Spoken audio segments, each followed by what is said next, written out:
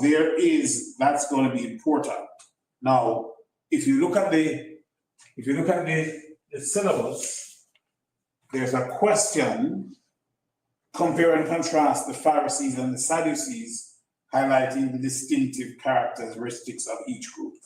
That's one of the questions, right? So while they were different in a lot of respects, they had one thing in common. Okay? One thing in common, and that is Jesus Christ. Both of them despised, hated him. Jesus Christ was the common enemy, Pharisees and Sadducees. Okay? The only thing they could agree on. The only thing that they could agree on. So now let's look just briefly at the Pharisees, right? The Pharisees are the separated ones. Pure ones. The pure ones, okay?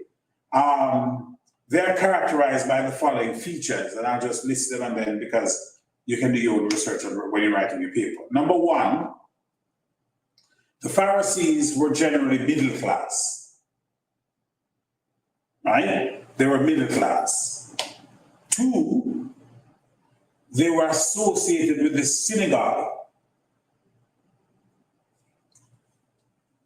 Three, they accepted the Old Testament as the inspired word of God.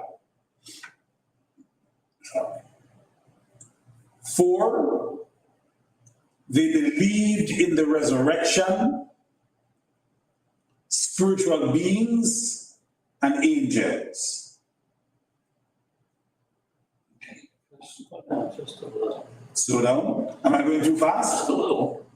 Those are a lot of words to try to write real fast. Okay, all right.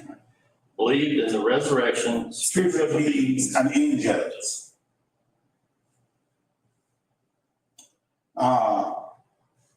Then, number five, they rejected Roman authority.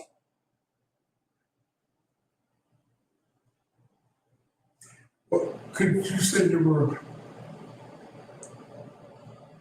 they influenced the ruling class of the politicians in the Sanhedrin Council? Because even when the synagogue part, they helped use the synagogue system to produce candidates to be able to be in political situations to manipulate Roman authority and things like that. Well, they're going to use,